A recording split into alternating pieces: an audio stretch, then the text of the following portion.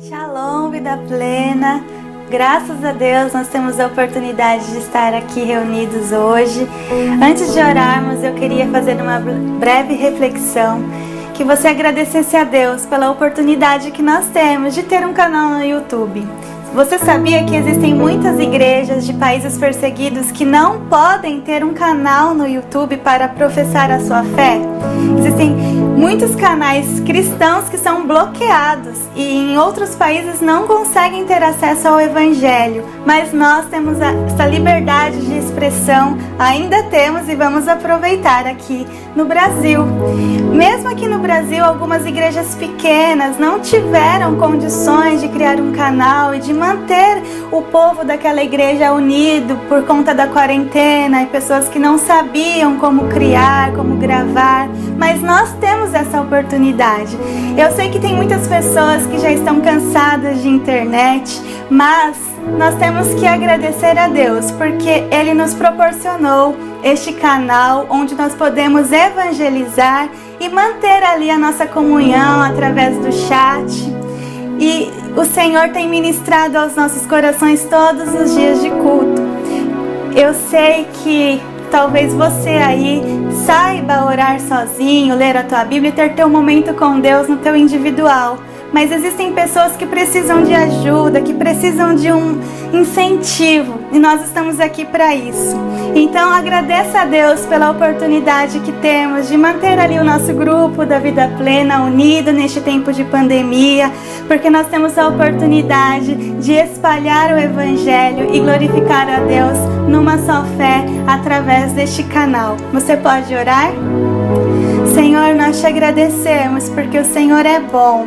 Obrigada porque o Senhor é o Deus Todo-Poderoso. Te agradecemos, Jesus, porque somos teus filhos. Te agradecemos, ó Deus, pela oportunidade que nós temos ainda aqui no Brasil de ter, Senhor, essa liberdade de expressão. Obrigada porque nós podemos expressar a nossa fé. Obrigada, Pai, pelos irmãos que se preocupam em estar ali no chat, incentivando, cumprimentando uns aos outros. Obrigada, Senhor, por essa comunhão, por este incentivo, Pai. Obrigada, Pai, porque nós podemos espalhar o Teu Evangelho através deste canal. Obrigada pela oportunidade que o Senhor tem nos dado. Nós te agradecemos e te louvamos. Em nome de Jesus, te convidamos para mais um culto na Tua presença. Que o Senhor receba este período. Em nome de Jesus. Amém. Glória a Deus.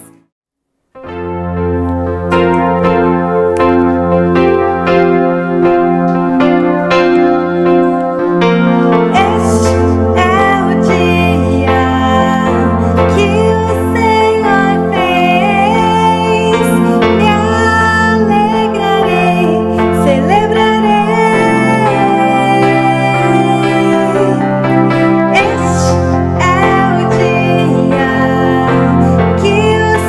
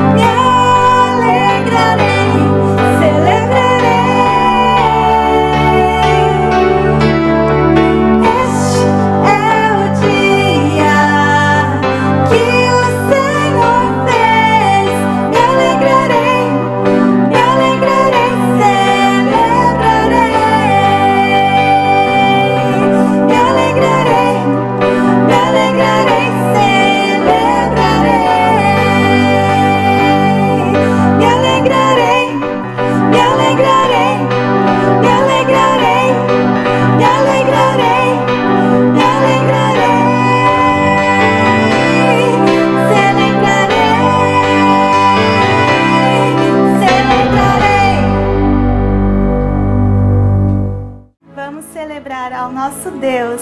Ele está conosco hoje e sempre.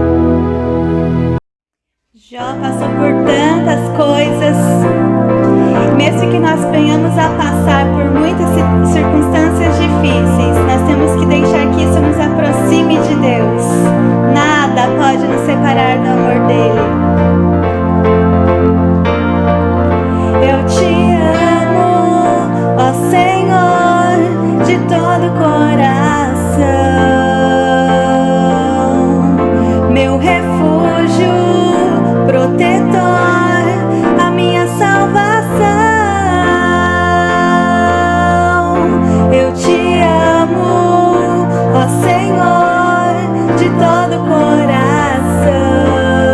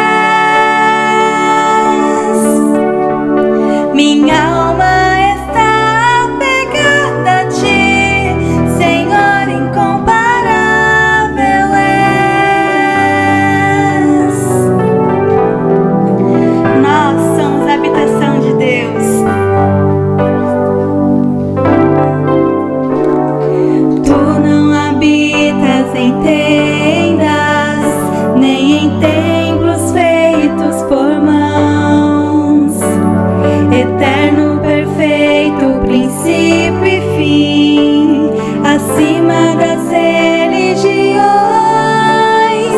Não há nada no céu, na terra ou no mar, semelhante a ti, Senhor.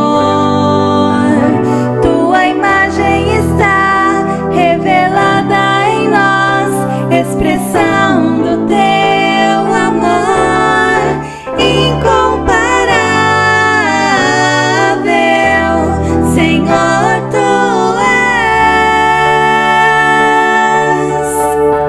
Tua voz ressoa como um trovão, e as nuvens são o pó dos seus pés, incomparável, Senhor, tu és. Minha alma está apegada a ti, Senhor, incomparável és. Incomparável, Senhor, tu és. Tua voz ressoa como um trovão, e as nuvens são o pó dos seus pés, incomparável, Senhor, tu és. Minha alma está apegada a ti, Senhor, incomparável és. Minha alma está apegada a ti, Senhor, incomparável és. Minha alma está apegada a ti, Senhor, incomparável és. Tu és o grande Deus, nós te amamos, Senhor. Vamos ouvir a palavra do Senhor agora. Fiquem com Deus. Olá, irmãos, graça e paz. Bom estar com você mais uma vez esse dia para meditarmos um pouquinho a respeito da palavra de Deus. E nesse dia em que está se aproximando aí, da gente estar próximos no nosso encontro lá no templo, nos cultos presenciais, e eu não vejo a hora da gente estar juntos. É muito importante que a gente observe quando esse dia chegar e que está próximo, não é? É importante que a gente observe toda a parte de segurança que nós já conhecemos, não é? No que diz respeito aí ao uso do álcool gel, da máscara, do distanciamento de 1,5 metro, nós precisamos ter uma atenção muito especial nisso tudo, para que a gente possa glorificar a Deus em segurança, para que todos sejam abençoados, não é? Enquanto esse dia não chega, nós vamos meditando um pouco aqui a respeito da palavra de Deus mais um pouco, e aí eu quero convidar você para abrir comigo no livro de Neemias, no capítulo 4, para falar um pouquinho a respeito daquilo que Deus me mostrou. E eu achei interessante que esse texto ele fala a respeito da reconstrução, não é, dos muros de Jerusalém, onde os judeus tiveram autorização para retornar para Jerusalém, reconstruir o templo, e agora estão reconstruindo os muros, né? E isso aqui nós estamos no livro de Neemias, no capítulo 4, e que vai mostrar um pouco de como era a situação que os judeus estavam encontrando. Porque não era fácil, era um trabalho duro, era um trabalho pesado, e não obstante a isso, eles estavam também enfrentando dificuldades no que diz respeito aí aos inimigos, que estavam se organizando para impedir que os judeus reconstruíssem esses muros, né? E eu quero que você abra comigo, Neemias capítulo 4, versículo 7, está escrito assim: Mas quando Sambalate, Tobias, os árabes, os amonitas e os asdoditas ouviram que a reparação das muralhas de Jerusalém ia adiante e que já se começavam a fechar-lhe as brechas, ficaram muito irados. Todos se juntaram de comum acordo para virem atacar Jerusalém e criar confusão ali. né? Então aqui nesse versículo 8 a gente já começa a ver qual era a situação que os judeus estavam ali para enfrentar, porque os inimigos estavam se organizando para poder impedir que os judeus finalizassem o trabalho ali da obra de reconstrução do Muro de Jerusalém, que era uma obra muito grande, como eu disse no início, não era fácil, não é? Mas era uma obra necessária. Essa obra de edificação era uma obra necessária, não é? Agora, interessante que aqui no versículo 13, nós já vemos aqui o líder Neemias dando algumas orientações e tomando algumas atitudes também. Olha que interessante, leia comigo o versículo 13 de Neemias capítulo 4. Então pus o povo por famílias, nos lugares baixos e abertos, por detrás da muralha, com as suas espadas, as suas lanças e os seus arcos. Depois de fazer uma inspeção, levantei-me e disse aos nobres, aos magistrados e ao resto do povo. Muito bem, vamos dar uma parada aí.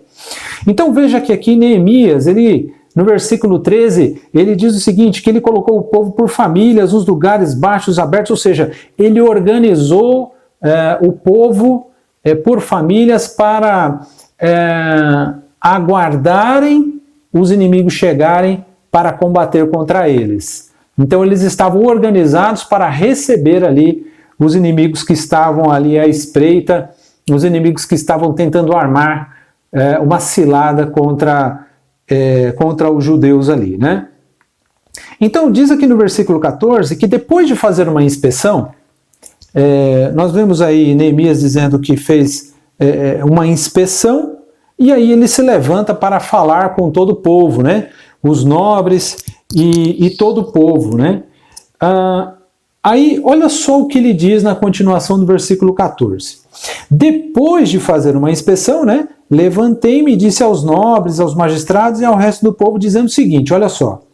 Não tenham medo deles. Lembrem-se do Senhor grande e temível e lutem pelos seus irmãos, seus filhos, suas filhas, pelas mulheres e pela casa de vocês, né? Então, veja que interessante, ele fez ali uma inspeção, e algo interessante que a gente aprende aqui, que ele fez a inspeção e poderia ter dito ao povo, olha, está tudo organizado, estamos devidamente estruturados, com armas, não é? Para poder receber os inimigos, então nós sairemos bem-sucedidos, né? Mas não é isso que a gente vê. A Bíblia mostra aqui que ele fez uma inspeção, sim, não é? Viu se estava tudo certo, organizou o que precisava, deu as orientações para as pessoas, para as famílias, como eles deveriam se posicionar com as armas nas mãos, não é? Aguardando a qualquer momento a vinda do inimigo, não é? Então eles estavam preparados. Então ele fez a inspeção, mas depois que ele fez a inspeção, ele chega para o povo e fala para o povo o seguinte, olha, não tenho medo deles, não é?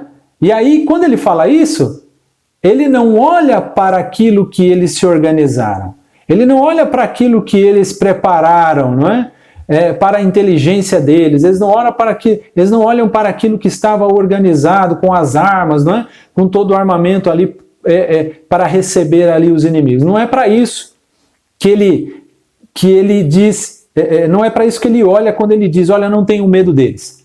Mas ele olha para o Senhor e ele diz assim, olha, lembrem-se do Senhor grande e temível. Olha que interessante, né?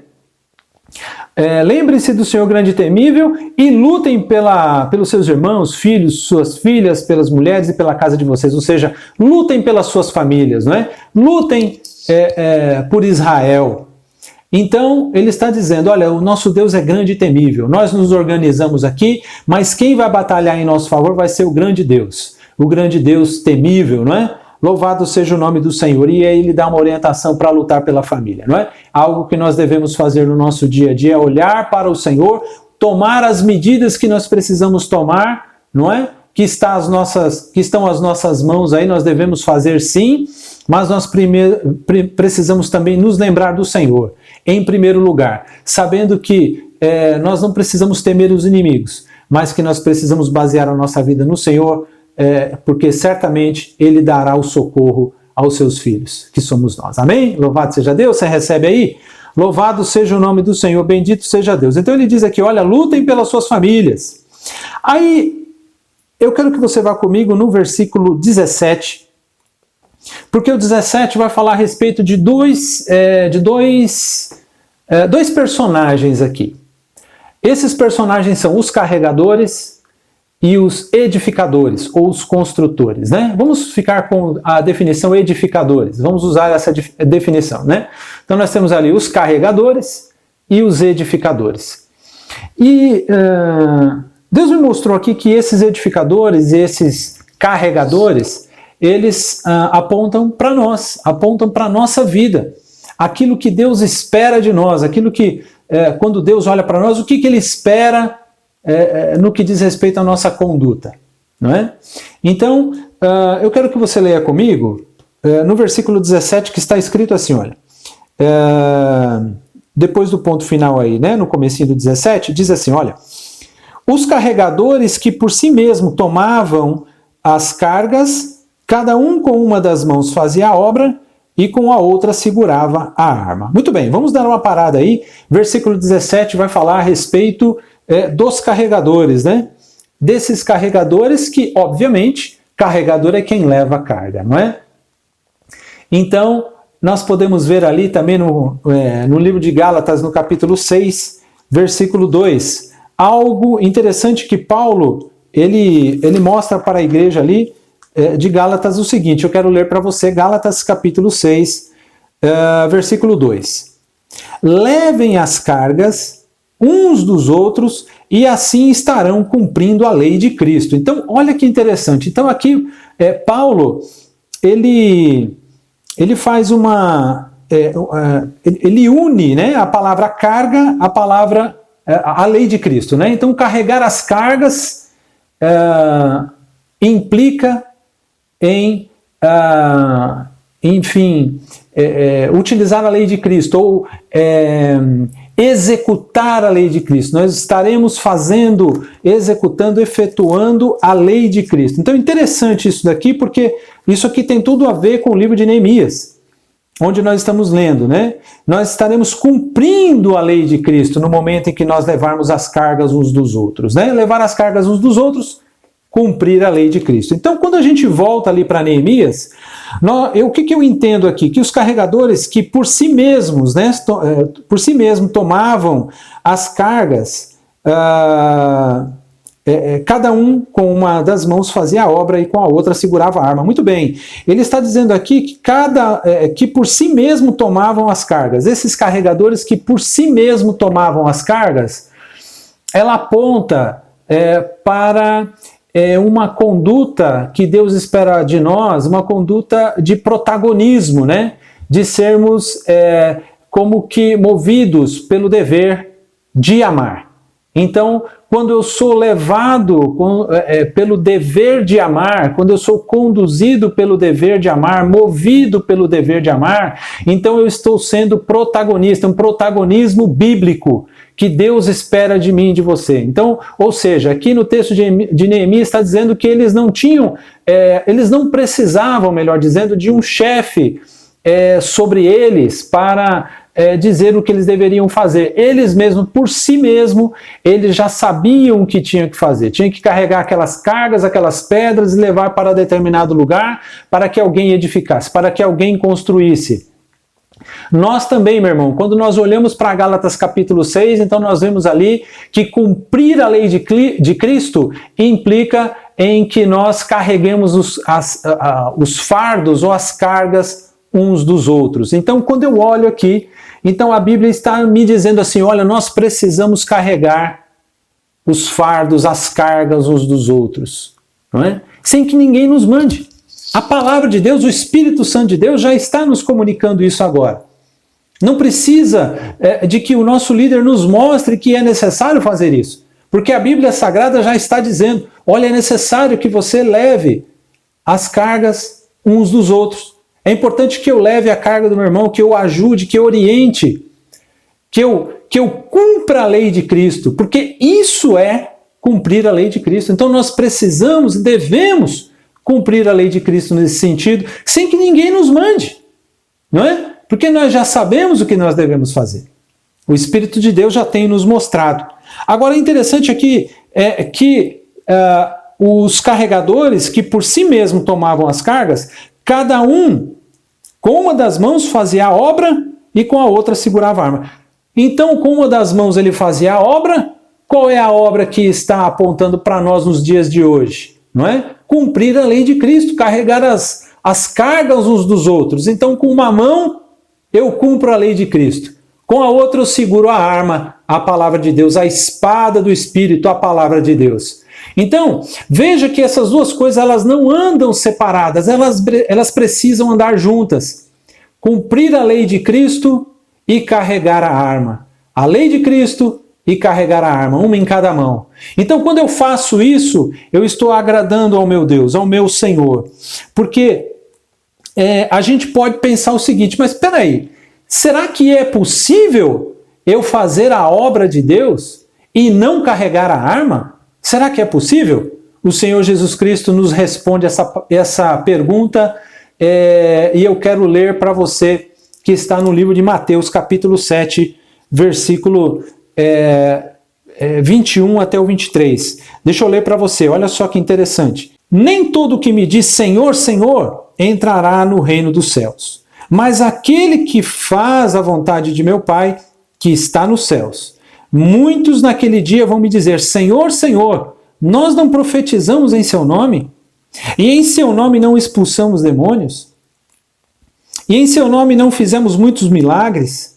Então lhes direi claramente, nunca conheci vocês, afastem-se de mim, vós que praticam o mal. Então veja que como aqui as palavras do nosso Senhor Jesus Cristo está dizendo, é possível fazer a obra e não ser reconhecido por Deus. Quando nós fazemos a obra de Deus com uma das mãos e a outra mão não tem a palavra de Deus, então é como está escrito aqui o Senhor Jesus Cristo dizendo em Mateus capítulo 21 e 22. Porque quando eu não tenho a palavra de Deus, isso me leva a entender que eu não estou seguindo a palavra de Deus. E se eu não estou seguindo a palavra de Deus, então eu estou seguindo outra coisa. É sim, sim, não, não. Né? Não tem meio termo. Então eu não estou seguindo a palavra de Deus, então eu estou praticando o mal. E Deus não se agrada. Deus, quando olha para mim e vê que eu estou fazendo algo e não estou me baseando na palavra de Deus, Ele não considera. Ele está dizendo, olha, não, jamais vos conheci. Não é? Vós que praticais a iniquidade, praticam o mal. Então, a primeira coisa que eu aprendo aqui, que é algo que Deus espera de mim e de você, meu irmão, levar as cargas uns dos outros. Não é? Então, é cumprir a lei de Cristo. A segunda coisa é cumprir a lei de Cristo com uma mão e com a outra mão a arma, a palavra de Deus. Essas duas coisas não podem andar separadas. Elas devem andar juntas, porque senão eu caio no risco de cair, de executar, de fazer coisas que desagradam a Deus em relação a iniquidades, aos pecados. No momento em que eu faço a obra do Senhor, cumpro a lei de Cristo e tenho a palavra de Deus, tenho a arma na outra mão, então certamente eu agradarei o meu Senhor e louvado seja Deus. Deus, naquele dia, Ele vai se lembrar de mim e de você, não é? Louvado seja o nome do Senhor. Então, veja que essas são algumas qualidades que nós precisamos ter, alguns atributos que Deus, quando olha para nós, Ele espera que nós cumpramos, tá certo? E que mais que a gente pode ver aqui nesses nossos personagens aqui. Então, o primeiro personagem que nós vimos aí foram os carregadores, né? Que por si mesmo carregam os fardos, as cargas, né? E aqui a gente pode trazer para a nossa vida, carregando os fardos, fazendo a obra de Deus com uma das mãos e com a palavra de Deus na outra, não é? Agora ele avança aqui no versículo 18 e mostra a respeito desses outros personagens aqui na palavra de Deus, que são os edificadores. Então, se de um lado a gente tem os construtores, agora nós temos os edificadores. Ou melhor, a gente tinha os carregadores e agora nós temos os edificadores, não é? Os edificadores do versículo 18, está escrito assim em Neemias capítulo 4, não é? Versículo 18. Os construtores ou os edificadores, cada um trazia a sua espada na cintura enquanto construíam. Muito bem, vamos dar uma parada aí. Muito bem. Então veja que interessante. Aqui a gente já muda um pouco, aqui a Bíblia Sagrada já muda, porque se os carregadores, eles usavam numa mão, não é? Eles faziam a obra, não é? E na outra, a arma. Aqui, os edificadores, eles trazem na cintura a sua espada. Então, nós podemos entender aí que as duas mãos dos edificadores estão livres. As duas mãos dos edificadores estão livres. E eu quero que você vá comigo agora no livro de 1 aos Coríntios, capítulo 14, versículo 4, porque nós vamos ver dois tipos de edificação que Deus espera de mim e de você. 1 aos Coríntios, capítulo 14, versículo 4. O que fala em línguas, a si mesmo edifica, mas o que profetiza, edifica a igreja. Então veja, meu irmão, que existem dois tipos de edificação. Então veja que quando eu penso em duas mãos livres, que os edificadores eles tinham, porque carregavam, eles traziam na sua cintura a espada, então eles tinham as mãos livres para edificar. E quando eu vejo as duas mãos livres, e eu olho para 1 Coríntios capítulo 14, versículo 4, eu vejo que existem duas formas de edificação. A primeira e a segunda. A primeira forma de edificação é quando eu edifico a mim mesmo. A primeira mão dessa edificação é quando eu edifico a mim mesmo. Quando eu falo em línguas, quando eu abro a minha boca pela fé para falar ao meu Deus, não é? Em línguas. Então, quando eu faço isso, a Bíblia ensina que eu sou edificado. Então, quando eu uso a minha outra mão, vamos pensar dessa forma, a segunda forma de edificação é quando eu profetizo. E o profetizar significa edificar, exortar e consolar, não é? Então veja que quando você edifica, quando você exorta e quando você consola, tendo como base a palavra de Deus, e é por isso que a Bíblia mostra que a Bíblia estava à cintura, a palavra de Deus está à cintura, que está aqui significado pela espada, não é? Porque a espada ficava à cintura. Ou seja, a espada ela ficava próximo das mãos. Estava fácil de pegar a espada para utilizar. Então, da mesma forma que a espada estava próxima, não é? E aquela espada garantia, era a garantia da segurança daquele guerreiro, daquele que estava protegendo sua família, que estava protegendo Jerusalém, as muralhas ali, né? Assim como aquela espada era a garantia da segurança dele, também a palavra de Deus próxima de nós é ela que vai dar a garantia de que eu estou edificando a mim mesmo ao falar em línguas e edificando a igreja quando eu profetizo. E profetizar é edificar, exortar e consolar através da palavra de Deus que está perto de mim. Então, quando eu faço isso, então de fato eu estou edificando com as duas mãos. Então esses são os edificadores. É isso que Deus espera de mim e de você. Sejamos edificadores, sejamos carregadores. Louvado seja o nome do Senhor. Agora olha que interessante. A continuação do versículo 18 está escrito assim: o que tocava a trombeta estava ao meu lado. Aleluia! Então veja, meu irmão, que aqui a gente tem uma premiação, um prêmio vindo do Senhor maravilhoso. Porque Neemias estava dizendo que o tocador, não é? Aquele que tocava a trombeta, aquele tocador de trombeta estava próximo dele. Para quê? Para que quando houvesse uma emergência, ele tocasse e todos ouvissem. Mas Neemias está colocando aqui nesse texto que esse tocador de trombeta estava próximo dele, estava ao lado dele. E quando nós vemos essa frase, a gente já pode imaginar e pensar na proximidade de que aquele tocador de trombeta estava de Neemias. Proximidade não só no tempo, mas na distância. Então, eu vejo proximidade aqui no que diz respeito ao toque da trombeta, porque só ouvirá a trombeta. Meu irmão, presta atenção nisso. Só ouvirá a trombeta aquele que estiver perto. Se você estiver perto, espiritualmente falando, você ouvirá a trombeta. E tomara a Deus que todos nós que estamos ouvindo essa mensagem, não é? Estejamos próximos em termos de distância espiritual, para ouvirmos, para termos a capacidade de ouvir o toque da trombeta quando esse dia acontecer. Quando nosso Senhor Jesus vier arrebatar a sua igreja, vier buscar a sua igreja, para estarmos com Ele, para sempre. Louvado seja Deus por isso. E a proximidade, ela traz não somente essa ideia, a palavra proximidade é muito interessante, porque ela traz essa ideia de proximidade em termos de distância, não é? Mas também de proximidade em termos de tempo também. E nós sabemos que também Ele está próximo. Esse dia está chegando muito brevemente, estará aí nos trazendo essa grande alegria.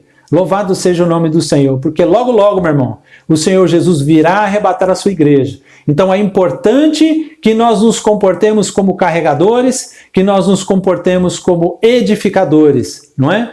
Para que no seu devido tempo estejamos ali próximos de ouvir a trombeta. Quando a trombeta tocar, nós ouviremos, porque nós estaremos próximos desse toque da trombeta espiritualmente falando. Louvado seja o nome do Senhor, que essa palavra tenha edificado a sua vida. É o que eu espero no Senhor, é a minha oração, o meu desejo, para que você seja edificado em nome do Senhor Jesus Cristo. Amém? Louvado seja Deus. Antes de orarmos, eu quero apresentar a você o número da conta da igreja nesse momento de contribuições, e ela já está aí na telinha do seu celular, ou do seu computador, ou mesmo da sua TV, você assistindo, você participando deste culto, você já está vendo aí o número da conta da igreja, para que você possa trazer os dízimos e as ofertas ao altar do Senhor, tá certo?